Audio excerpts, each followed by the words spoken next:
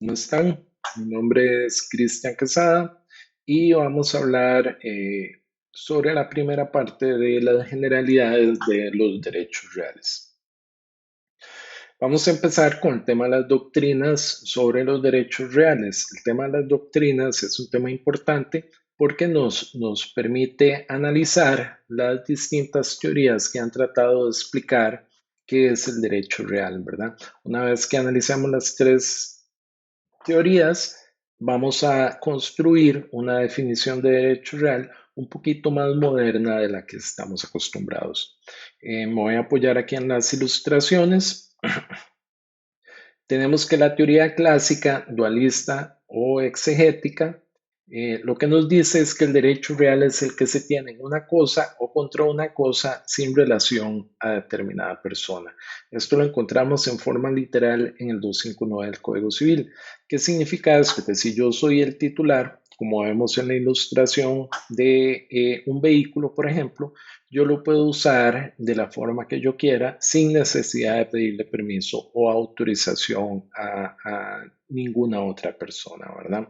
Lo puedo modificar, lo puedo cambiar de color, le puedo cambiar las llantas, lo puedo dar en garantía prendaria, puedo ejercer una serie de facultades del dominio que las encontramos en el 264 del Código Civil sobre este bien en forma directa, sin tener que pedirle a un tercero autorización. Tenemos también las teorías no clásicas o monistas, dentro de las que encontramos la personalista, la obligacionista y la unitaria realista, que lo que nos vienen a decir es que los derechos reales son relaciones jurídicas que se establecen como una obligación entre sujetos o como una relación entre patrimonios, siendo la prestación el deber de no realizar actos que perturben el disfrute de la cosa por parte del titular, ¿verdad? Aquí, en las teorías no clásicas, no estamos viendo el derecho real como una relación entre la persona y la cosa, sino como relaciones entre personas, ¿verdad? En las cuales hay una obligación de los sujetos pasivos de no perturbar el disfrute o la utilización que yo tengo sobre el bien. Entonces, en la ilustración lo que vemos, supongamos que esta casa es la casa de cualquiera de ustedes y entonces a través de esta cerca yo estoy excluyendo o impidiendo que terceras personas ingresen a mi propiedad y entonces estas terceras personas tienen que respetar esa exclusión que yo hago no ingresando a mi propiedad. En el caso de la teoría intermedia, que se conoce también como ecléctica o integralista, lo que hacemos es unir la teoría clásica y la no clásica, ¿verdad? Y entonces aquí lo que tenemos es que hay una relación jurídica entre el titular y la cosa y una relación jurídica entre el titular y las demás personas. Tenemos aquí a la derecha al titular del bien, que ejerce un derecho real interno, o sea, la relación que él tiene con su propiedad. Ahí está ejerciendo su derecho de defensa o de exclusión, tal vez en una forma fuerte, ¿verdad? En la de menos facultado por el 305 del Código Civil. Y tenemos a la izquierda las terceras personas que constituyen la parte externa del derecho real o la facultad de el deber que tienen los terceros de respetar o de abstenerse de perturbar el disfrute de la propiedad por parte de su titular. Espero que con esto podamos llegar a construir un concepto de derecho real. Primero aclararles que los derechos reales junto con el derecho a la obligación forman parte de una categoría más amplia que se llama el derecho patrimonial. Y entonces, don Fran Álvarez nos dice que para algunos juristas el derecho real consiste en una relación sujeto-objeto, para otros una relación sujeto-sujeto y para otros una relación sujeto-objeto-sujeto. Que esto es como el resumen de las tres teorías que analizamos, ¿verdad? Antes de llegar a la definición, vamos a ver unos aspectos que nos menciona Rogina Villegas. El positivo son las facultades jurídicas que se otorgan al titular El titular de un derecho real, de conformidad con el 264 del Código Civil, tiene una serie de facultades que puede ejercer, ¿verdad? De uso, de goce, de disfrute, ¿verdad? Y en cuanto a ese sería el aspecto positivo, y el aspecto negativo es la facultad del titular de impedir que otro interfiera dentro de su esfera jurídica, ¿verdad? Y esta esfera jurídica se extiende hasta donde abarca el aspecto positivo o hasta donde llegan las facultades que tiene sobre el derecho real determinado. Entonces, vamos a ver primero la definición de derecho real y luego la vamos a ver un poquito con las ilustraciones. Derecho real es un instituto jurídico mediante el cual el sujeto titular de un objeto determinado ejerce un conjunto de facultades jurídicas limitadas por la ley y por los derechos de terceros que pueden ser oponibles a terceras personas. Entonces, veámoslo aquí en la ilustración. Tenemos el titular de un derecho real. En este caso pareciera que es un bien inmueble, ¿verdad? Pero puede ser también un bien mueble y tiene un conjunto de facultades que las encontramos en el 264 del Código Civil, pero que las vamos a analizar más adelante, como el derecho de posesión, el derecho de usufructo, el derecho de transformación y enajenación, el derecho de defensa y exclusión, el derecho de restitución y el derecho de indemnización, ¿verdad? Y todas estas facultades pueden ser oponibles a terceras personas. Entonces, repasando, tenemos un titular de un objeto determinado que tiene un conjunto de facultades jurídicas que pueden ser oponibles a sujetos pasivos que al principio son indeterminados, pero que luego se vuelven determinados. Esta es como la definición que luego le vamos a encontrar más aplicación del derecho real. Aquí pues tengo una cita a la definición de don Vicente Calatayud, pero la vamos a encontrar en el tema que sigue, entonces no la vamos a brincar, ¿verdad? Y aquí la retomamos. Hay que hacer una diferenciación entre derecho real y derecho personal y sus características.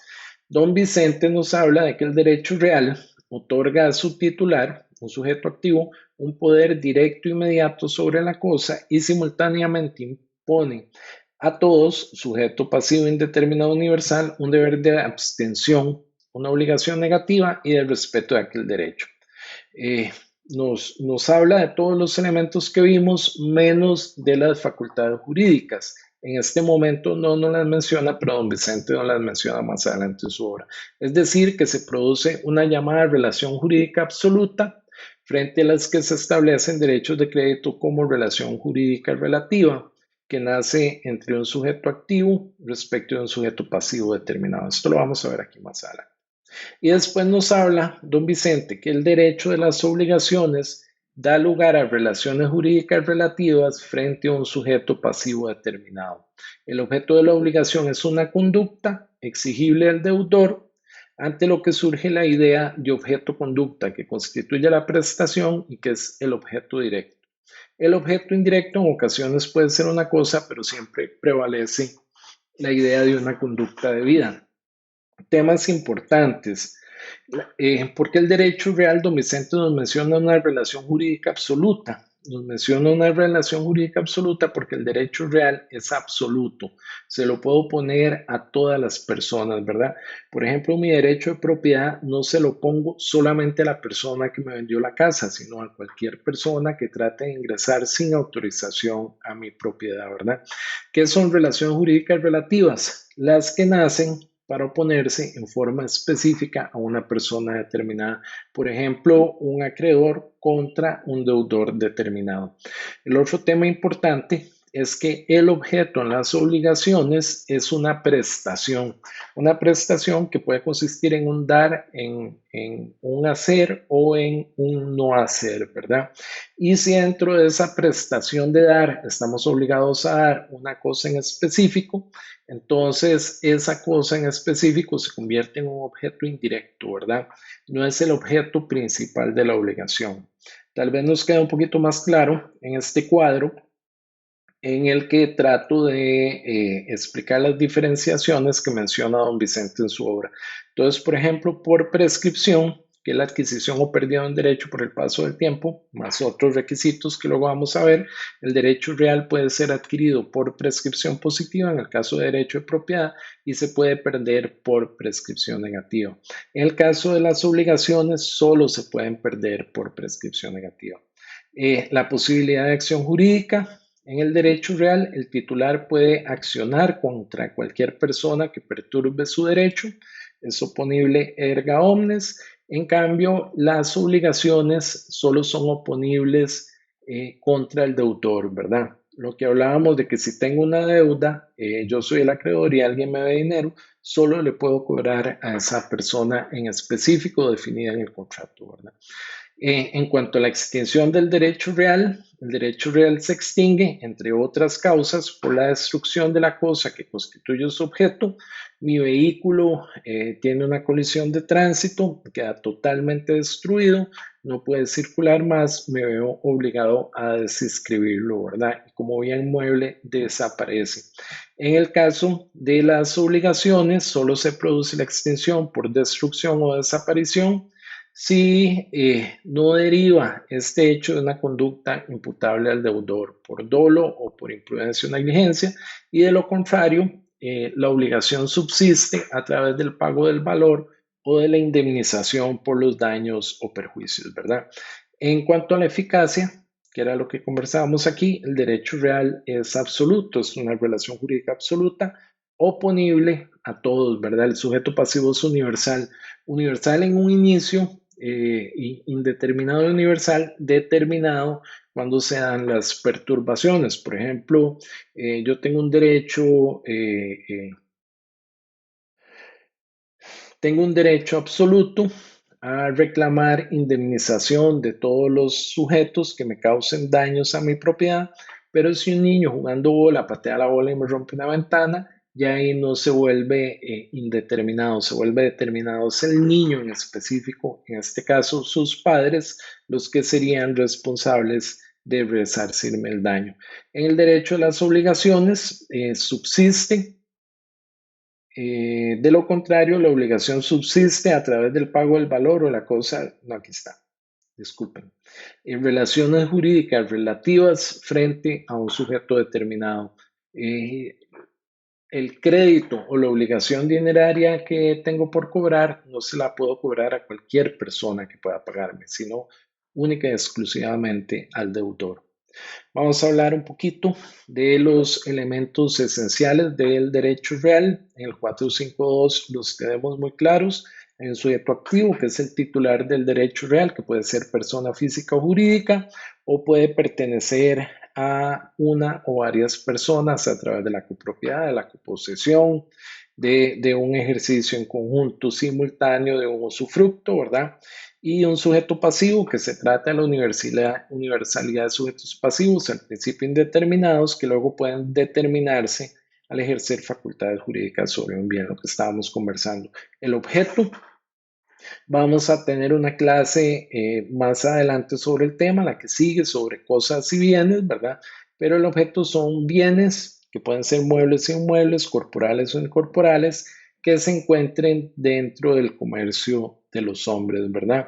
Aquí tenemos algunas definiciones del derecho de propiedad. El derecho de propiedad sobre propiedad intelectual en la Constitución Política y en la Convención Americana sobre Derechos Humanos y en el Código Civil, ¿verdad?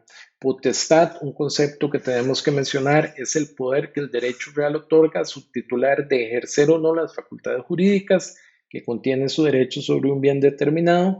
Es potestad porque yo puedo determinar si las ejerzo o no las ejerzo.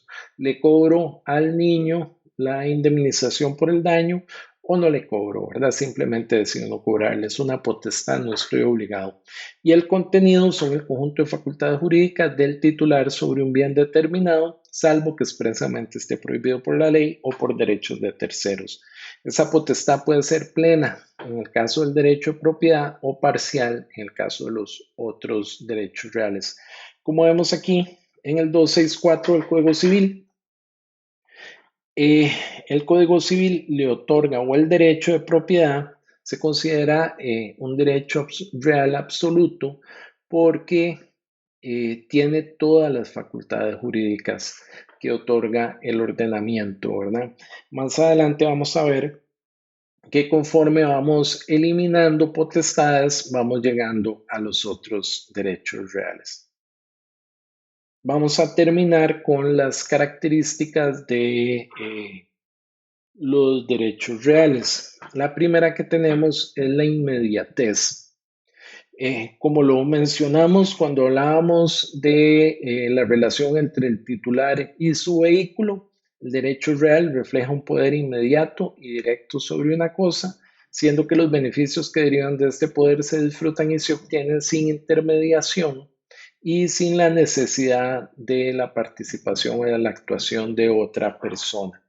Entonces, tenemos un poder directo inmediato, la facultad de utilizar el vehículo, la facultad de utilizar nuestra propiedad. La segunda característica es la absolutividad o la oponibilidad o también la publicidad del bien, ¿verdad? Entonces, el derecho real lo ejerce el titular frente a todos los demás sujetos. Estas potestades que tiene el titular del derecho real son oponibles erga omnes, o sea, contra todas las personas, ¿verdad? Más adelante vamos a hablar un poquito del requisito de publicidad, ¿verdad? Para que pueda ser oponible erga omnes. Eh, el derecho de exclusión lo encontramos regulados en todos estos artículos del Código Civil, en especial llama la atención el 305 del Código Civil. El titular del derecho real tiene la potestad de evitar la intromisión o perturbación de terceros o poner fin a la intromisión o perturbación cuando estos hayan sido materializados, ¿verdad?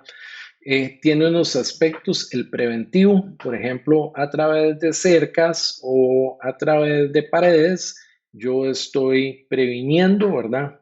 Que se violente, por ejemplo, el acceso a mi propiedad. Esta ilustración con respecto a las minas, por favor, la omiten, ¿verdad? El represivo, que puede ser ya tomando medidas de hecho o de derecho. Dentro de las medidas de hecho, entonces tenemos, por ejemplo, la que nos brinda el 305 del Código Civil. El propietario o poseedor de cualquier clase que sean pueden defender su propiedad o posesión repeliendo la fuerza con la fuerza o recurriendo a la autoridad competente. No se les olvide este artículo. 305 es uno de los pocos artículos del Código Civil que nos permite la utilización de la fuerza para la defensa de nuestros derechos o las medidas de derecho, ¿verdad? La potestad de reclamar en juicio que se nos reintegren los derechos de los que hemos sido despojados, ¿verdad? Entonces, esto lo encontramos dentro del derecho de exclusión. El derecho de persecución, aquí también la imagen tal vez me quedó un poco violenta. El titular de un derecho real gozará la facultad de perseguir el bien y de exigir la distribución de sus utilidades allá donde se halle y frente a cualquiera que la ostente, lo que se conoce como rey persecutoriedad. Por ejemplo, yo tengo un derecho de propiedad sobre mi vehículo me lo roban, y entonces, pues no es que ya perdí ese derecho de propiedad, luego me doy cuenta de que el vehículo lo tienen guardado en un parqueo, por ejemplo, en Escazú, y entonces, pues por supuesto, previa denuncia que se interpone el robo, entonces yo me apersono junto con los oficiales del Poder Judicial a recuperar el vehículo, ¿verdad? Yo puedo perseguir ese derecho donde quiera que está, no es que lo alejan de mí y ya lo perdí, ¿verdad?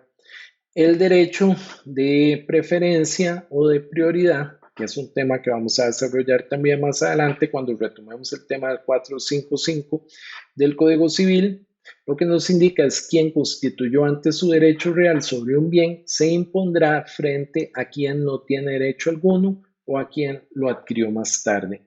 Lo que conocen ustedes como primero en tiempo, primero en derecho, ¿verdad? Y luego el tema de la transformación y enajenación. Se puede dar respecto del elemento objetivo, pues la cosa puede ser modificada por el titular de aquel derecho real que tenga la facultad en su elemento funcional, ¿verdad? Transformación, modificación física, enajenación, modificación jurídica, y lo del elemento funcional tiene que ver, por ejemplo, si yo tengo un derecho pleno de propiedad, puedo ejercer transformación y enajenación en plena, ¿verdad? Pero si tengo un derecho tal vez más limitado como un usufructo, voy a tener una transformación limitada y una enajenación también limitada al usufructo como tal. Eh, Hasta aquí este primer video sobre las generalidades del derecho real. Cualquier pregunta que quieran hacerme la pueden hacer en los comentarios y pues si les gusta el video no olviden darme un like. Que esté muy bien.